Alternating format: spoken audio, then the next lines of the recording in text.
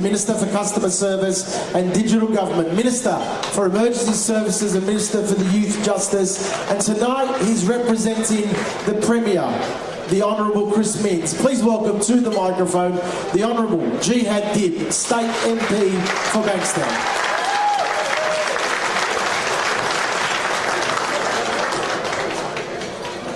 I was just saying, I love that jacket. That's, I can have it after the show?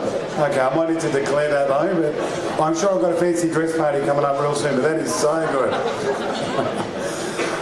Good evening, everybody. I'd like to begin, of course, by acknowledging the traditional custodians of the land and paying my respects to elders past, present, emerging, and thank Uncle John for a lovely welcome to country. You know, this is Uncle John's homeland here, but he's decided to move over to the other side, the best part of Sydney, around the Canterbury Bankstown area. So no offence to any Parramatta fans or this area here, but I hear that the Bulldogs are going to make a comeback real soon. Oh yeah, and that's the Bulldogs table right there. I was going to say, I haven't seen as many people in the room since the last Bulldogs win. So well done, Remy, and well done to the team. Look, it's a great honour and a great privilege to be here representing the Premier, the Honourable Chris Minns. And he can't be here tonight, and obviously he's asked me to say a few words.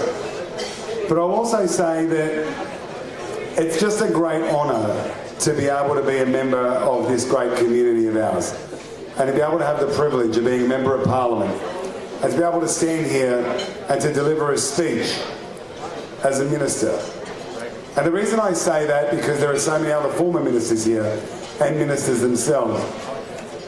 The reason I say that is because I suppose what it shows is the Australia that we are and the community that we are. That we're all part of that one Australian story that started with Uncle John's ancestors, that started 60,000 years ago with Uncle John's ancestors, and it continues right until yesterday, when our newest migrants were sworn in as Australian citizens. That we all belong, that we all have a story, speaks volumes of the country that we are. Which then brings me to tonight. We live in an interconnected world. We long for connections. We long for communication. When our families left their homeland and came here and started again, they didn't just cut a cord and say, I don't want to communicate. They still remain communicative.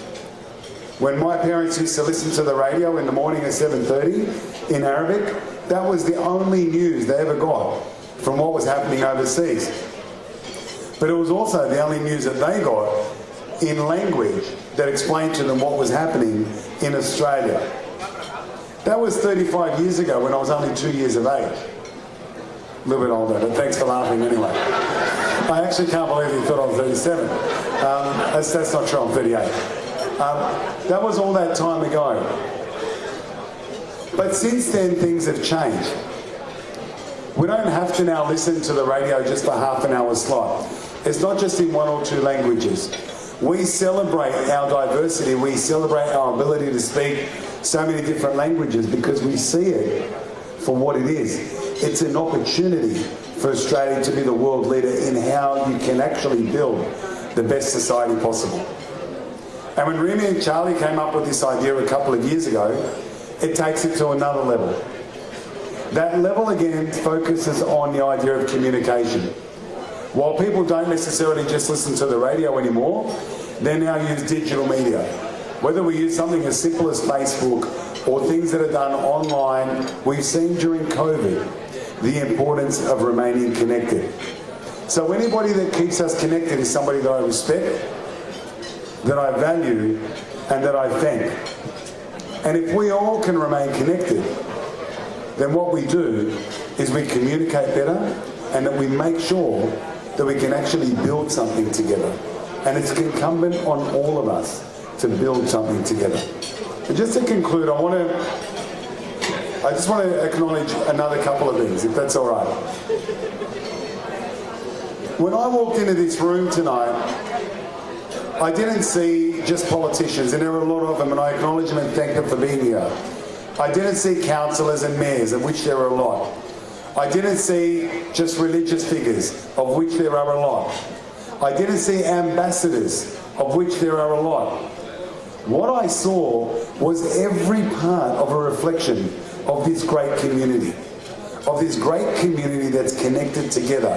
When you look around this room, you see the very best of us. People who are successful in business, in the arts, in public life, and in non-public life. This is who we are. And the people that have brought us here together, Remy and Charlie and Ozar Media, I want to thank you for that, because sometimes it's really good to just stop and have a look around and say we're doing all right. So thank you for being here tonight. Thank you, Remy, for asking me to speak on behalf of the Premier. I acknowledge him, and I acknowledge all of my parliamentary colleagues who, if I was to go through, I'm going to miss them. Enjoy this, and if there's nothing that you can take away from it, please remember that the more we stay connected, the better we communicate, the more trust and the better society that we can create. Thank you very much. Have a lovely evening, everyone.